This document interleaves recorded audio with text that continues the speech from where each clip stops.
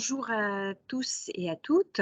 Nous allons vous parler aujourd'hui d'un sujet qui vous préoccupe et qui amène souvent beaucoup de questions aux standards de la CAPEB. Et ce sujet est celui de la sous-traitance. Nous allons vous donner des informations et des conseils, que vous soyez sous-traitant ou que vous sous-traitiez vos chantiers. Nous allons évoquer ensemble la sous-traitance et les démarches à effectuer lorsque vous réalisez des travaux, donc en tant que sous-traitant ou lorsque vous donnez du travail en sous-traitance. Les marchés en sous-traitance représentent une réelle opportunité économique et peuvent tout à fait correspondre à votre activité, vous permettre par exemple, lorsque vous démarrez votre activité dans le domaine du bâtiment, de vous faire connaître et de vous créer un réseau. La réunion sera animée conjointement donc par Stéphane Kempf, juriste, et Marie Morantin, conseillère technique et économique. Je laisse Stéphane se présenter.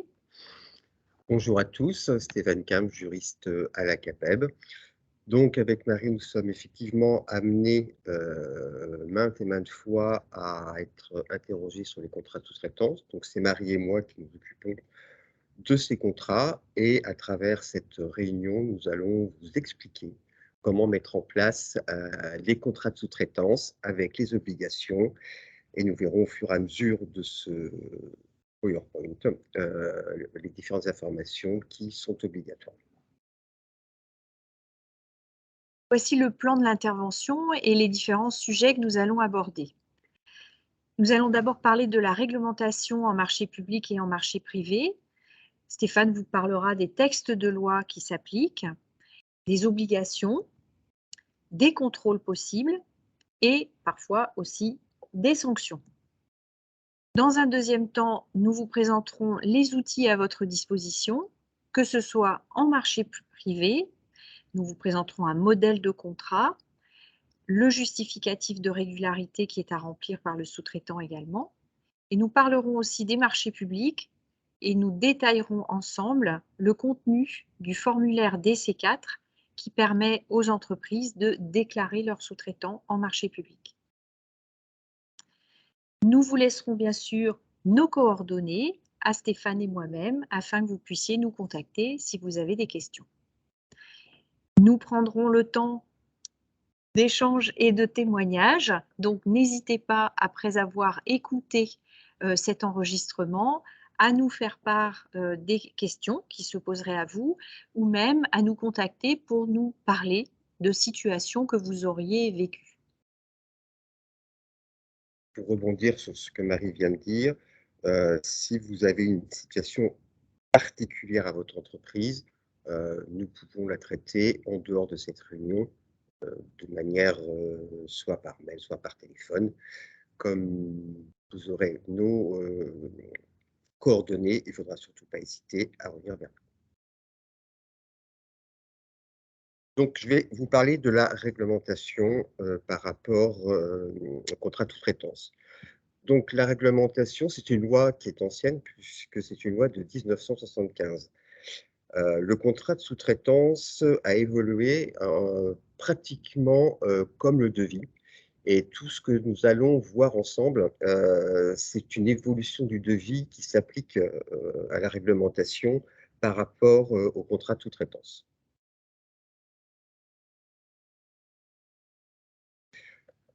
Dans le cadre du contrat de sous-traitance, il y a différentes obligations qui incombent aux sous-traitants et qui incombent aussi à l'entreprise principale. Ce qui est important de savoir quand vous allez sous-traiter, c'est généralement parce que vous allez prendre une entreprise qui a des compétences techniques que vous n'avez pas forcément. Donc, ça ne sera pas vos compétences à vous, mais ça sera les compétences d'une autre entreprise. D'où l'intérêt de vérifier que l'entreprise sait travailler dans les règles de l'art et a les compétences requises pour faire ce travail de sous-traitance que vous ne pouvez pas faire par essence.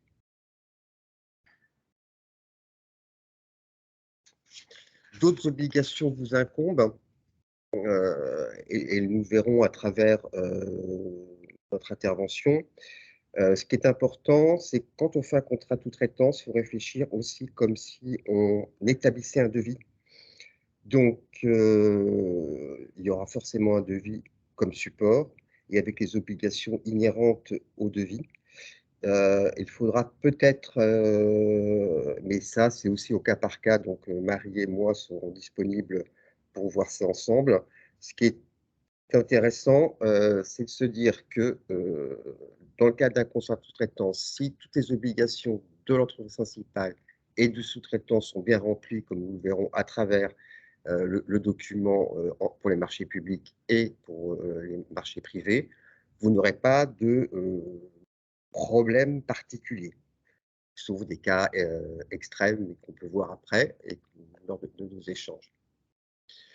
Concernant les contrôles, alors les contrôles sont liés par rapport déjà à la mise en place d'un contrat de sous-traitance. Ce document écrit est obligatoire. Si vous décidez de faire de la sous-traitance, obligatoirement, vous passez par un écrit. Sans écrit, on estime qu'il n'y a pas de contrat de sous-traitance. Donc s'il n'y a pas de contrat de sous-traitance, c'est considéré comme du travail dissimulé. Et qui dit travail dissimulé dit, infraction pénale. Et quand on parle de pénal, les amendes peuvent aller jusqu'à 37 500 €. Donc ce qui est quand même assez, énorme, tout en sachant que les contrôles se font soit par le biais de l'inspection du travail, soit lors d'un contrôle URSSAF. Donc l'inspection du travail peut aller sur votre chantier et pour information, l'inspection du travail en ce moment est souvent sur les chantiers. Donc, soyez vigilants par rapport à ça et les contrôles d'URSSAF, bah, c'est par rapport quand il y aura de la sous-traitance. Le premier document qu'ils vous demanderont, c'est le contrat et les sanctions, comme je vous l'ai dit, bah, c'est du pénal et ça peut aller, très loin.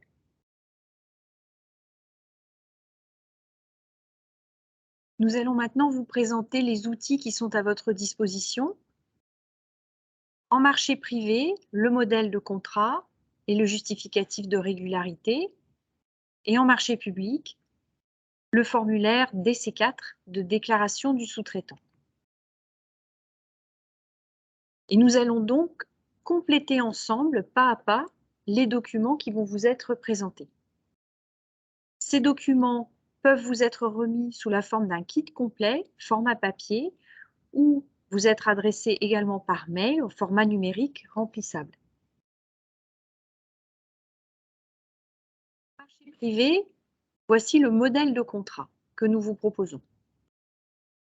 Sur la première page, chaque entreprise va donc présenter ses coordonnées. Son adresse, sa raison sociale, son numéro SIRET, le nom du chef d'entreprise. Chaque partie donc présente son identité.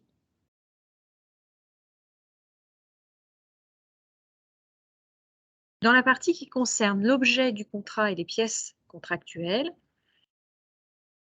il va être précisé l'identité du maître de l'ouvrage, c'est-à-dire du client, le nom du client, ainsi que la nature des travaux et le lieu d'exécution du contrat de marché global initial que l'entreprise principale a signé.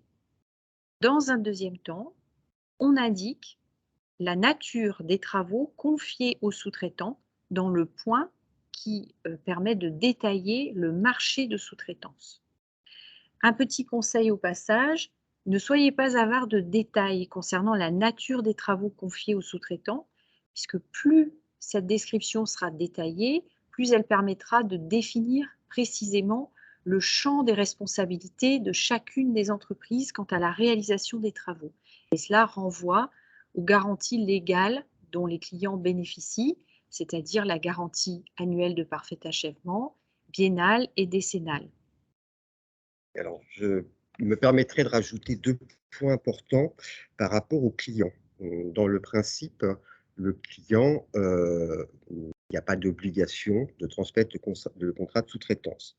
Par contre, Marie et moi, nous vous invitons à le faire de manière systématique, hein, et d'indiquer au client que vous allez travailler en sous-traitance pour une partie technique que vous ne pouvez pas faire. Alors, d'abord, c'est par honnêteté, premièrement, et deuxièmement, vous imaginez bien un client qui voit un autre camion qui n'est pas celui de l'entreprise principale, ça peut bloquer le client et ça peut entraîner des problèmes de règlement, par exemple. Donc vraiment le conseil, faut pas hésiter, il faut être clair avec le client, dire: «Il y a une partie qui sera sous-traitée».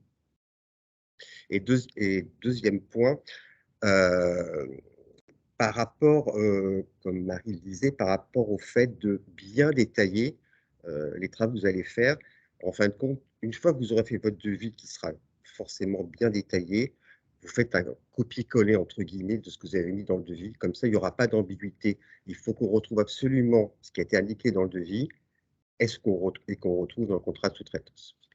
Et petit conseil complémentaire, c'est vrai que dans cette partie du document que nous vous présentons, au chapitre nature des travaux confiés, vous pouvez, comme le disait Stéphane à l'instant, renvoyer directement au devis annexé au contrat, ce qui vous évite aussi de trop écrire dans cette partie-là si le devis est déjà très détaillé. Les attestations et justificatifs de régularité que doit transmettre le sous-traitant pour justifier de la régularité de sa situation. Il doit transmettre, le sous-traitant, donc soit une copie pardon, de l'extrait d'inscription au répertoire du commerce et des sociétés, ce qu'on appelle l'extrait CAVIS, ou une attestation d'inscription au répertoire des métiers, ou encore, s'il est en cours d'immatriculation auprès d'un centre de formalité des entreprises, un récépissé du dépôt de déclaration. Le sous-traitant doit aussi présenter une attestation de déclaration sociale et de paiement émanant de l'URSSAF, datant de moins de 6 mois, dite attestation de vigilance, et une attestation de régularité fiscale. Ces deux derniers documents sont téléchargeables directement en ligne à partir du compte entreprise sur le site de l'URSSAF et sur le site des impôts. Alors, une petite précision par rapport à ces attestations, c'est-à-dire les 3 premières, faites attention à pas donner des copies qui auraient plus d'1 an. Soyez dans la limite des 6 mois comme les documents pour l'URSSAF et les impôts, là vous serez tranquille.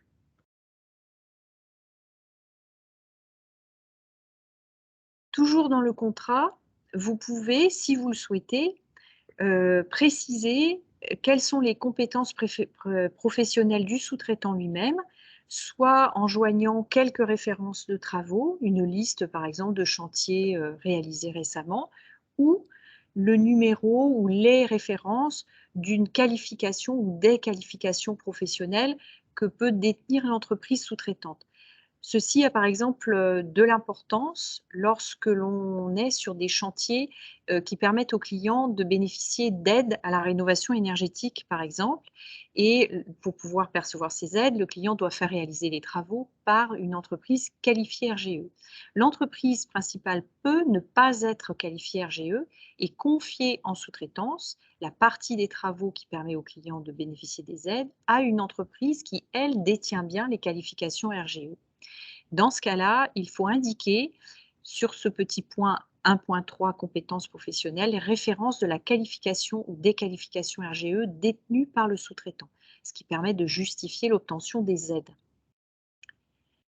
Point 2, les liaisons et coordinations. Il est important que l'entreprise sous-traitante indique qui sur le chantier le représentera en indiquant le nom, le prénom et la fonction de la personne. Bon, ça c'est essentiel parce qu'en cas de contrôle de l'inspection du travail par exemple, ils vérifieront l'identité de la personne et un petit point important, qui est toujours d'actualité bien évidemment, c'est la carte d'identification professionnelle. J'en profite puisqu'on parle de représentants, cette carte est obligatoire, ne pas oublier que le représentant ait cette carte. Alors après, on indique que le représentant, on n'indique pas l'ensemble des salariés qui pourraient être présents sur le chantier, mais c'est le représentant de l'ensemble des personnes qui seront sur le chantier.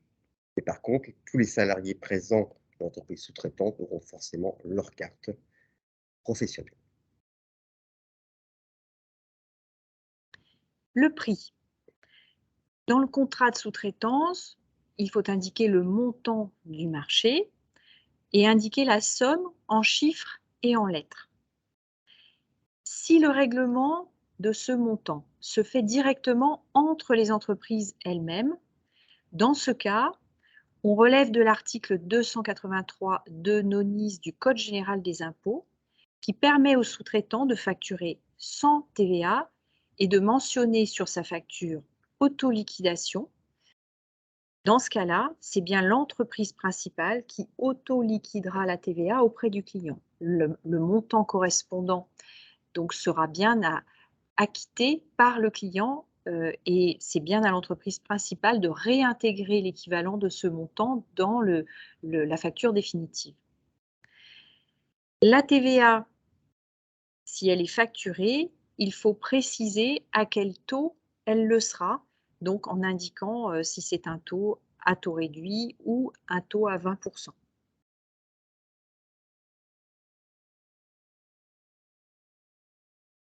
Pour le paiement, 2 cas de figure, soit l'entreprise principale paie directement le sous-traitant, soit le client, le maître de l'ouvrage, paye directement le sous-traitant. En marché privé, on a le choix, donc il faut indiquer la manière dont le paiement sera exécuté. Au point 5, vous pouvez indiquer un délai global d'exécution. Mais prudence, si vous indiquez un délai, vous devez tenir ce délai et ne pas donner le bâton pour vous faire battre en indiquant un délai et ne pas le respecter. Si c'est écrit dans le contrat, ça peut se retourner contre vous. Donc, ce point 5 n'est pas forcément à compléter. Ne le complétez que si vous êtes sûr de vous.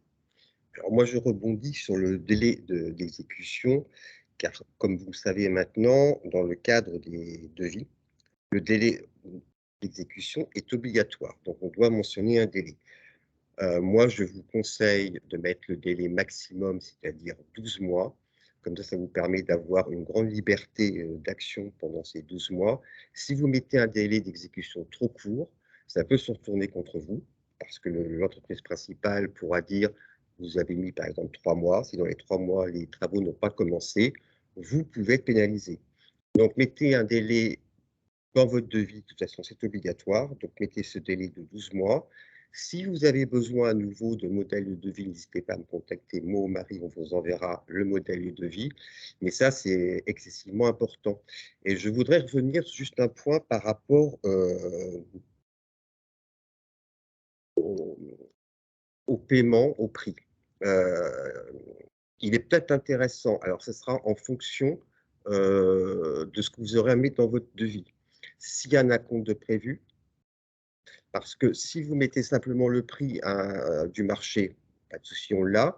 Mais si vous souhaitez un acompte, par exemple, de 30 à la signature du contrat de sous-traitance et que c'est acté par l'entreprise principale, il faut que ça soit indiqué quelque part. Moi, je vous conseille de l'indiquer dans votre devis. Acompte de 30 peut-être, si c'est un chantier long avec un prix assez important, peut-être demander 30 à 50 des travaux, par exemple.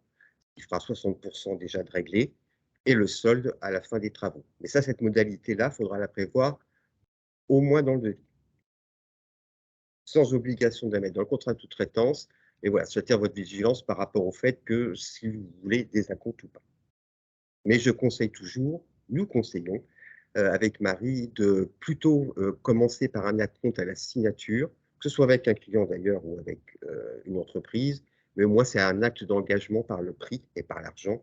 Donc, ça permet aussi d'acter cette situation et d'être moins dans l'expectative de savoir si le sous-traitant va commencer ou pas ses travaux, parce qu'il y a quand même un règlement qui a été fait.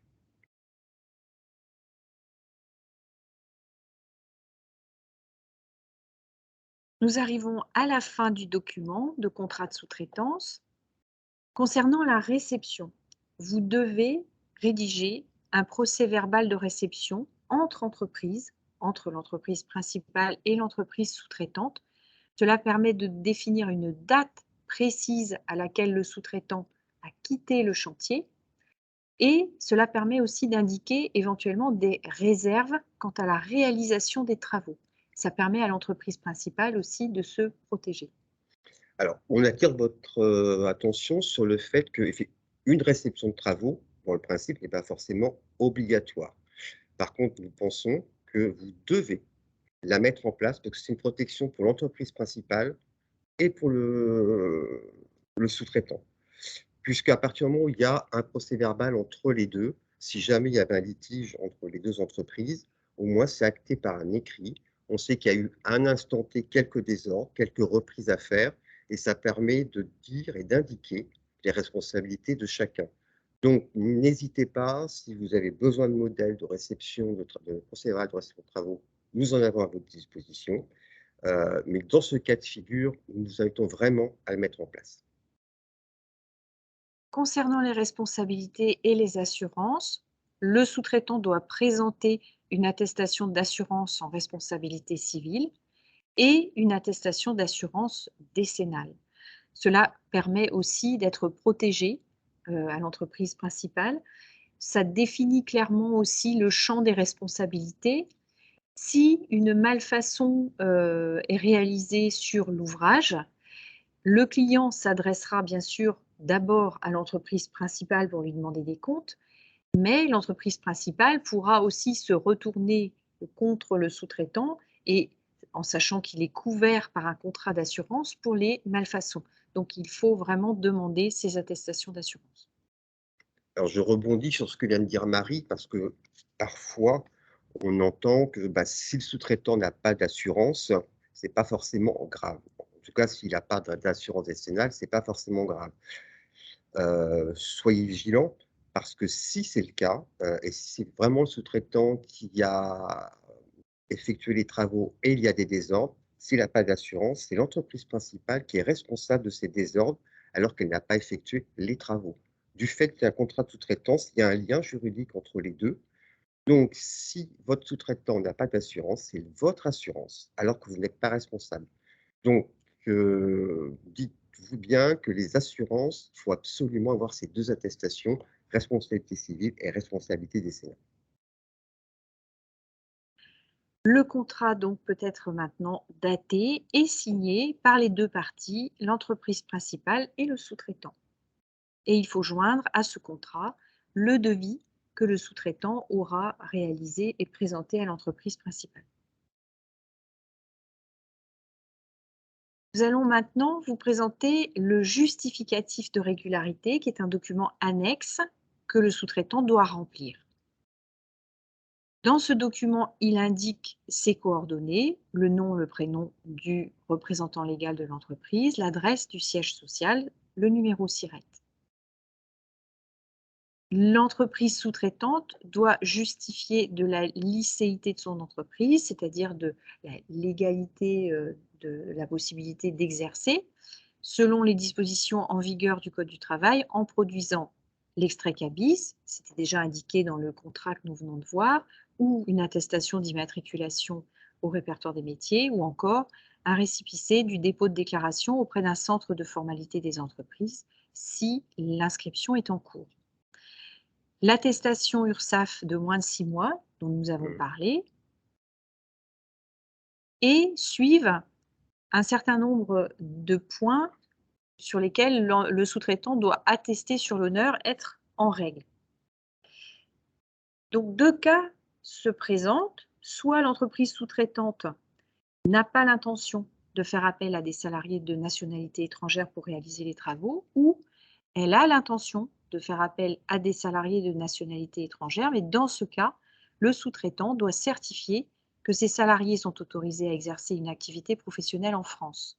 S'ils sont soumis à une autorisation de travail, le sous-traitant joint la liste nominative des salariés étrangers concernés en indiquant pour chacun sa date d'embauche, sa nationalité, ainsi que le type et le numéro d'ordre du titre qui vaut autorisation de travail selon les dispositions en vigueur du Code du travail. Je précisais par rapport aux travailleurs étrangers. Donc, c'est une disposition très particulière, très réglementée. Donc, si vous êtes dans ce cas-là où l'entreprise sous-traitante a des salariés étrangers, je vous invite à me contacter parce qu'effectivement, entre des titres de séjour, des cartes de séjour, un statut de réfugié, tout peut changer. Donc, il faut être très, très vigilant et je suis là pour vous accompagner par rapport à cet aspect particulier du code du travail. Ce qui me semble important, comme on vous le dit souvent, on travaille au cas par cas et dans ce cas de figure-là, on est vraiment à votre disposition parce qu'il faut vraiment prendre toutes les précautions pour pas qu'il y ait de soucis parce que si l'entreprise sous-traitante a des travailleurs étrangers qui ne sont pas en situation régulière, vous êtes l'entreprise principale, peut être complice. Donc, qui dit complicité dit forcément une sanction. Alors, l'entreprise, évidemment, sous-traitante aura une sanction, mais vous aussi, entreprise principale, parce que vous n'aurez pas vérifié jusqu'au bout. Donc, il ne suffit pas d'une attestation sur l'honneur en disant mon salarié travaille de manière régulière en France. Il faut vraiment avoir les documents, les copies officielles de la préfecture et être très, très vigilant par rapport à ça. Si vous n'avez pas ces documents-là, on est dans le cadre du droit pénal avec des sanctions financières relativement importantes et on peut même requalifier ça en travail clandestin et là, c'est du pénal et ça peut être soumis à de la prison dans le pire des cas. Donc voilà, j'attire vraiment à votre vigilance parce que ça n'arrive pas très souvent, mais quand ça arrive, mieux vaut être prudent.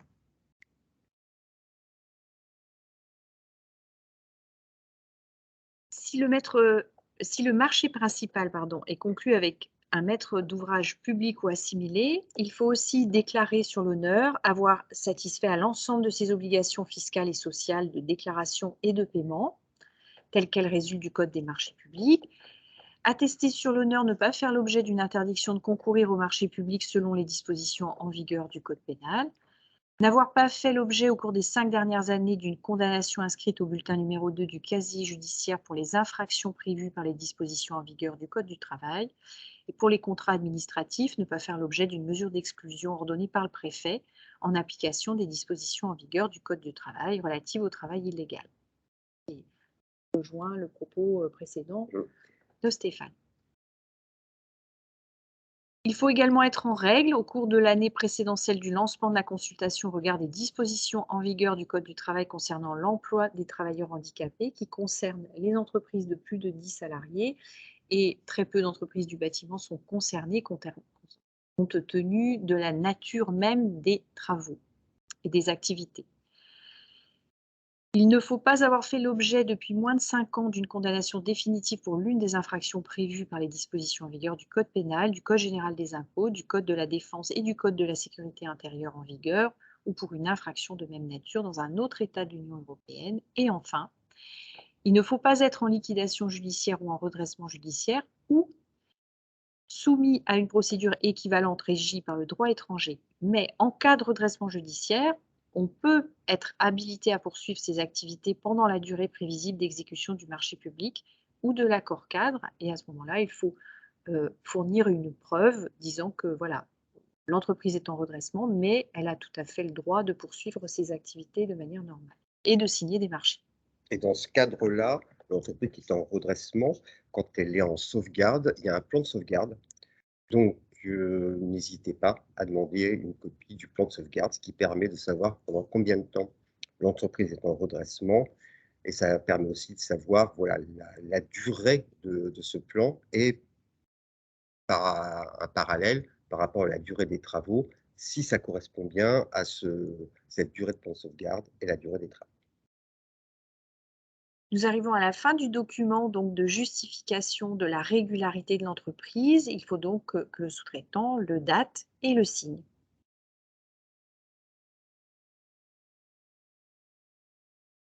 Nous allons maintenant parler des marchés publics et nous allons détailler le contenu du formulaire DC4 de déclaration de sous-traitance. Ce document démarre un peu comme le document que nous vous avons présenté en marché privé. Il faut déjà présenter son identité. En tout cas, déjà l'identité de l'acheteur, c'est-à-dire du client en marché public, du maître d'ouvrage public. Et on reprend tout simplement la mention qui apparaît sur l'avis d'appel à la concurrence. Parfois, le nom d'une personne habilitée à donner les renseignements est indiqué, parfois pas. Donc cette partie-là n'est pas toujours à renseigner. L'objet du marché public, là aussi, on reprend tout simplement l'intitulé du marché public tel qu'il apparaît dans l'avis d'appel à la concurrence. Le formulaire DC4 s'utilise dans 3 cas. Soit l'entreprise principale sait au moment où elle présente son offre dans le cadre de la remise des offres suite à l'appel d'offres, elle sait déjà qu'elle fera appel à un sous-traitant pour la réalisation d'une partie des travaux. On est dans le premier cas, c'est-à-dire que le DC4 est un document annexé à l'offre du soumissionnaire. Donc, l'entreprise principale présente son offre et déclare d'emblée qu'une partie sera réalisée par un sous-traitant qu'elle présente à l'aide du formulaire DC4. Autre cas, le marché a été signé avec l'entreprise principale et l'entreprise principale, en cours de route, décide de faire appel à un sous-traitant pour une partie des travaux. Dans ce cas-là, on est en situation de rédaction d'un acte spécial qui permet de faire accepter le sous-traitant et de faire agréer les conditions de paiement au maître d'ouvrage public, au client public. On peut même imaginer, troisième cas, que cet acte spécial va être modifié. Le sous-traitant, par exemple, auquel vous aviez pensé vous fait faux bon, n'est plus disponible, mais vous avez un autre collègue, une autre entreprise qui accepte de prendre ce marché et vous pouvez présenter un nouveau sous-traitant. On est donc dans le troisième cas de la rédaction d'un acte spécial modificatif qui annule et remplace la précédente déclaration de sous-traitance. Et là, vous indiquez la date.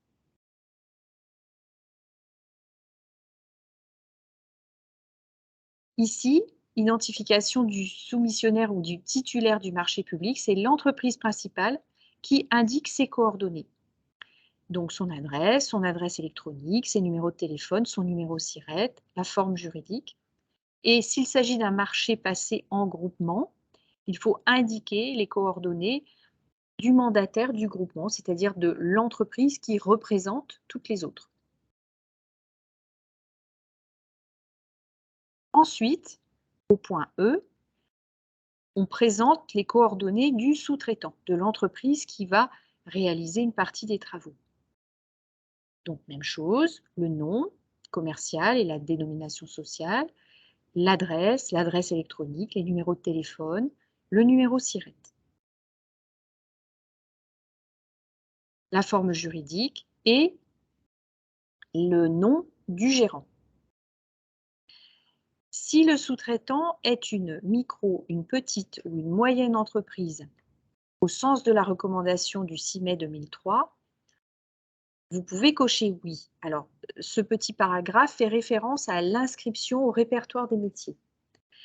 Cocher oui, ce point ne peut que vous apporter des bénéfices. Par exemple, pour certains marchés, le fait d'être une micro, une petite ou une moyenne entreprise permet d'avoir, par exemple, une avance sur le montant du marché, une avance, un acompte ou des conditions de paiement facilitées.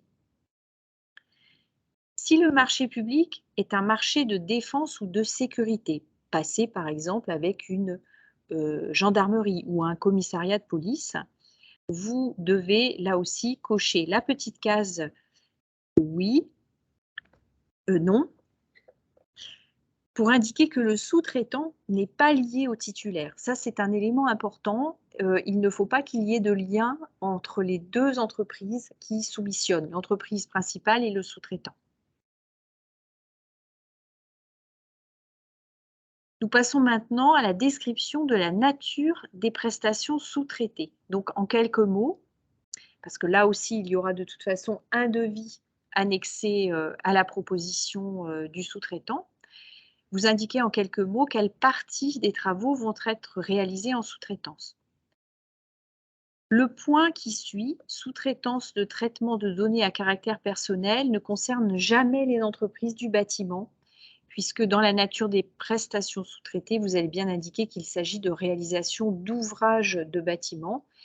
Et le traitement de données, la sous-traitance de traitement de données ne concerne que des prestations de services spécifiques liées à la gestion de fichiers clients.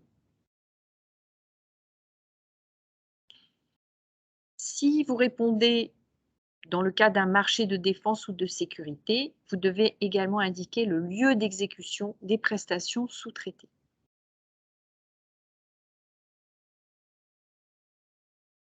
Point G, prix des prestations sous-traitées. Donc là aussi, il faudra indiquer le montant du contrat de sous-traitance, le taux de la TVA, le montant hors taxe ou le montant TTC. Et si l'on se trouve dans la situation de l'autoliquidation de TVA. Cette possibilité donc survient et est prévue pour les contrats de marché de travaux. Vous indiquez le taux de la TVA s'il y en a un, c'est-à-dire la TVA qui sera due et réintégrée dans le décompte général définitif par l'entreprise principale, et vous indiquez ensuite le montant hors TVA, la base hors taxe. Et c'est bien sur cette base hors taxe que le sous-traitant sera réglé, même s'il sera réglé directement par le maître d'ouvrage. Ce sera bien à l'entreprise principale, comme en marché privé, de réintégrer le montant de TVA correspondant dans le décompte général et définitif au moment du règlement. S'il y a des modalités de variation de prix prévues dans le contrat de marché initial, par exemple une clause qui prévoit l'actualisation du montant ou une clause qui prévoit une révision du prix du marché, il faut l'indiquer également à cet endroit-là, en se référant à l'article du cahier des clauses administratives particulières qui correspondent au marché. Ensuite, le titulaire, c'est-à-dire l'entreprise principale, va déclarer si son sous-traitant remplit bien les conditions pour avoir droit au paiement direct. Et dans ces cas-là, il faut cocher la case oui pour que le sous-traitant soit payé directement par le maître d'ouvrage public. En marché public, le paiement est toujours direct. Donc, les entreprises ne peuvent pas se rémunérer entre elles.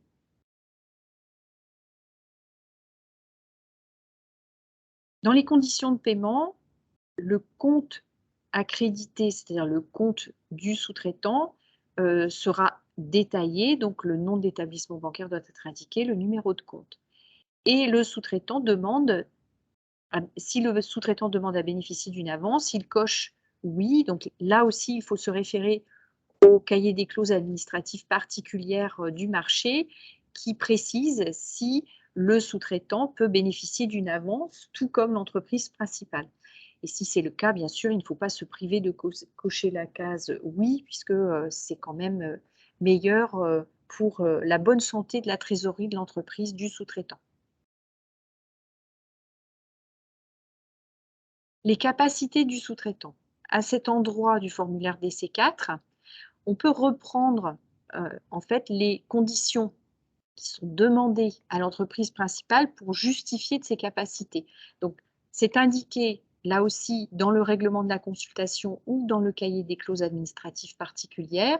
Il faut reprendre la liste des informations et des renseignements qui sont demandés par le maître d'ouvrage public aux entreprises qui soumissionnent. Au point I2, on vous parle d'une possibilité qui est offerte aux entreprises, et les entreprises d'ailleurs y recourent de plus en plus souvent. Les entreprises peuvent faire appel à des prestataires extérieurs qui vont rassembler pour elles et veiller à la mise à jour de toutes les attestations qui concernent en fait les régularités fiscales et sociales. Souvent, ces prestataires permettent aux acheteurs publics, par exemple, de consulter ces documents moyennant une adresse électronique à renseigner et un jeu de code spécifique qui permet à l'acheteur public, au maître d'ouvrage public, de se connecter et de vérifier directement que tout est en règle du côté des attestations fiscales et sociales.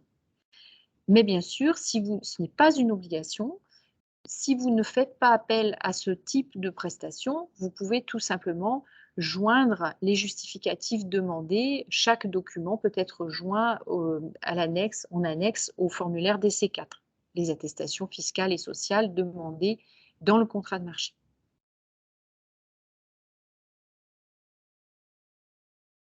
Le sous-traitant doit aussi faire un certain nombre de déclarations sur l'honneur. Si le marché public n'est pas un marché de défense ou de sécurité, le sous-traitant doit déclarer ne pas entrer dans un des cas d'exclusion de la commande publique, et ces cas d'exclusion ont à voir justement avec la légalité vis-à-vis des obligations fiscales et sociales. Lorsqu'il s'agit d'un marché public de défense ou de sécurité, il faut aussi témoigner que l'on n'est pas dans un cas d'exclusion spécifique à ce type de marché. Vous avez une petite case, justement, qui vous permet d'attester que le sous-traitant n'est pas dans un de ces cas d'exclusion.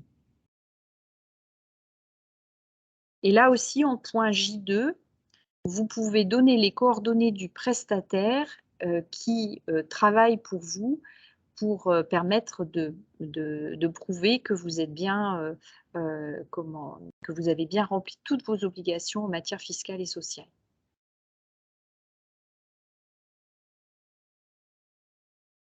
Au point K, on parle d'un sujet un peu technique qui est celui de la cession ou du nantissement des créances résultant du marché public. Parfois, des entreprises qui auraient des dettes à payer auprès de certains créanciers peuvent promettre les montants des marchés pour lesquels elles ont été retenues à ces créanciers. Donc, c'est une manière un peu résumée d'expliquer cette situation un peu technique. Et c'est bien de ce sujet-là dont il est question au point K. Donc, il y a 2 situations.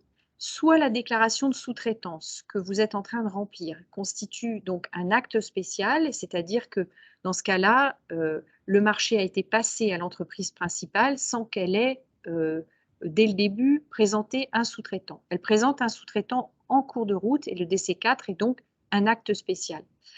L'entreprise principale va devoir donc établir qu'aucune cession ni aucun nantissement de créances résultant du marché public ne font obstacle au paiement direct du sous-traitant.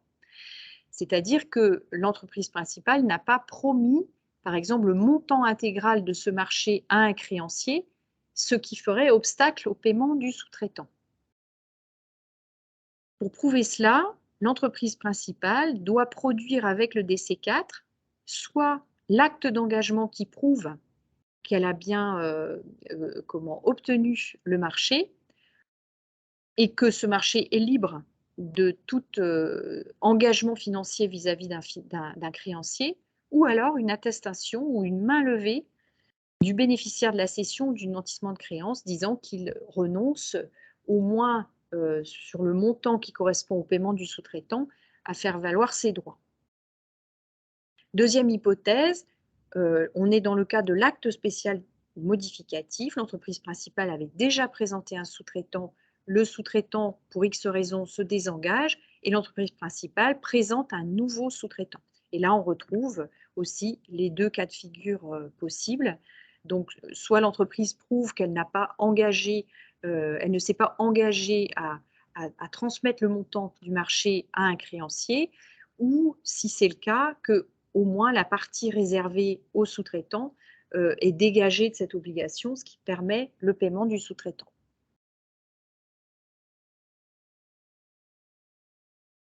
Nous arrivons à la fin du document. Le sous-traitant va donc signer ce document, le titulaire du marché également, et ensuite le maître d'ouvrage public signera, ou une personne habilitée à le représenter signera elle aussi ce document. Cette partie du document permettra au maître d'ouvrage de notifier son acceptation et son agrément donc du sous-traitant.